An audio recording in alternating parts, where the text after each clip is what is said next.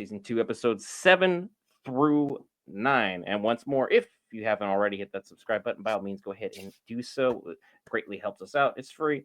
As well, let's get to our official review. Will, your thoughts on Andor's last 3 episodes?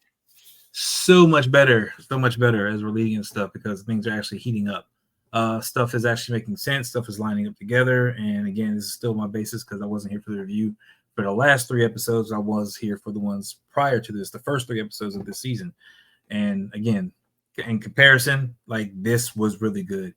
You have the action, you have the espionage, you have the emotion. Everything is kind of hitting on all cylinders here. So I am way more invested now.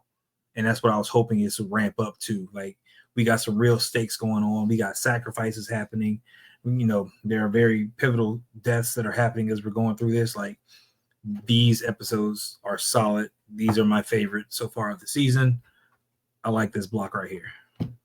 Yeah, because this is exactly what Star Wars is at its core and fundamental. So everyone who's like, if you don't like this, you're a shill, or you just don't get Star Wars, or you're just being bought off by Disney. Look, man, I'd be living a lot better than in a double wide if I was being bought by Disney, just for full clarification on that front. But as well, the heart of the rebellion is what they're focusing on, and that is exactly what they're writing. The core of the rebellion is not lightsabers. It's not force lightning. It's not doing cool special flips or crazy insane blaster fire from going into like an insane alien monster. It's the core of who we are as individuals and what you're willing to sacrifice for the things you truly believe in. Everyone in this cause, whether it's Luthen or Mon Mothma or Cassian, has given up literally everything that they possibly can for the things that they believe in to ensure that there is safety and peace and prosperity for everyone in the galaxy. If that's not a cause worth fighting for or a cause not worth believing in, did you ever really understand what Star Wars was entirely about? There is an oppressive dictatorship in the form of the Empire, squishing the boot and the lifeblood directly out of innocent people so they can create a giant turbo laser weapon to eviscerate planets. How much more evil did they need to be for you to understand the core issue here? Freedom versus tyranny. And Mothma, in giving her speech and being the public and vocal center point of this movement, is beautiful to see because we only saw, bits and pieces of her throughout the original series. And we never really get to experience Luthen and who he is as an individual.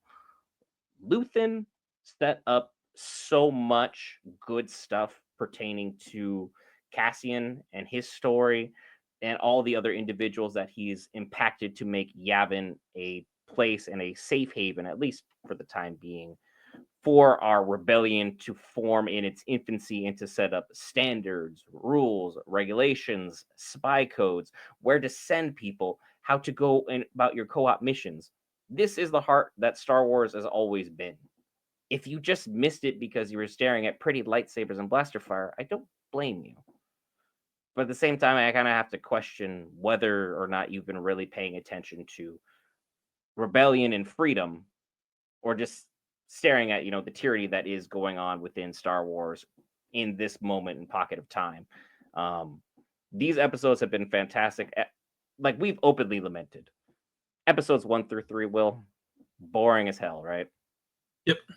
Episodes 4 through 6 came back strong. We set up some good espionage. We lost a couple key friends along the way. It's starting to ramp up.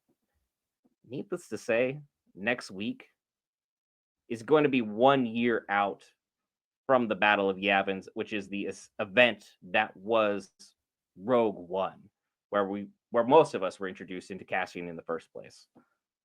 I'm very hyped about it. I'm very excited about it. What are you hoping to see next week? Anything you're excited about? Or is there something in specifics that I may have missed that you kind of want to touch upon?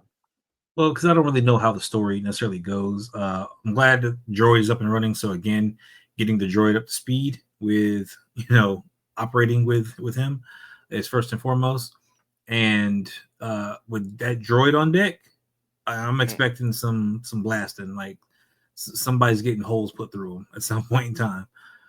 So I think he's still going to be going after his target, and he's still going to be going after the young lady. I'm bad with the names, so with that, but freaking the one who was very happy with being the hero.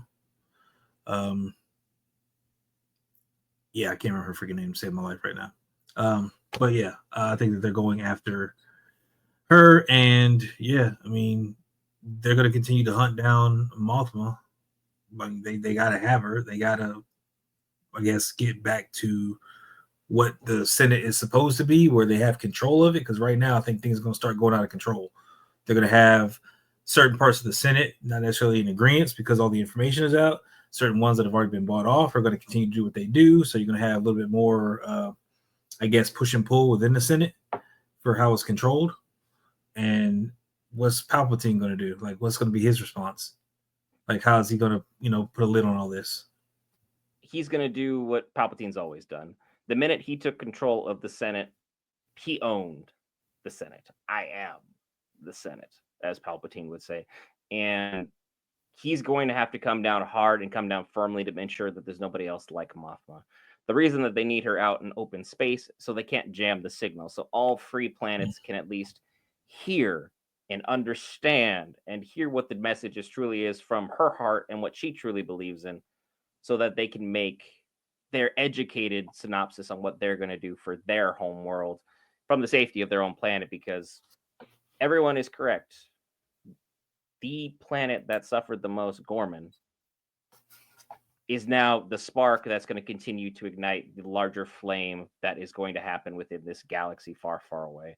And it's absolutely insane to see just how grounded they kept it, because I thought they would get a little fantastical, or they would put in some unnecessary scenes, or they put in some, a character who didn't belong just for the sake of getting, those extra clicks.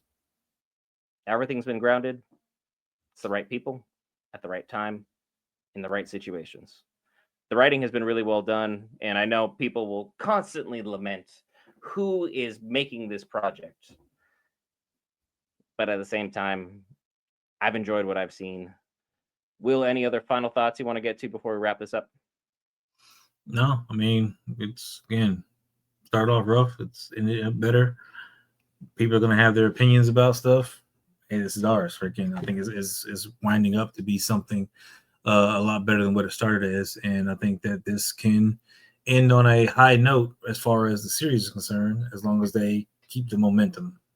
But again, that remains to be seen until next week. Yep. 3 more episodes next week. We'll be here, same time, same place. If you want to be there for the live stream, by all means, hit the subscribe button. It's free, greatly helps us out. Or just hit that like button if you enjoyed the stream. And honestly, if you did not, by all means, you know exactly where that down vote button is. As DJ said in the chat, Iron Man sucks, and we'll see you in the next one.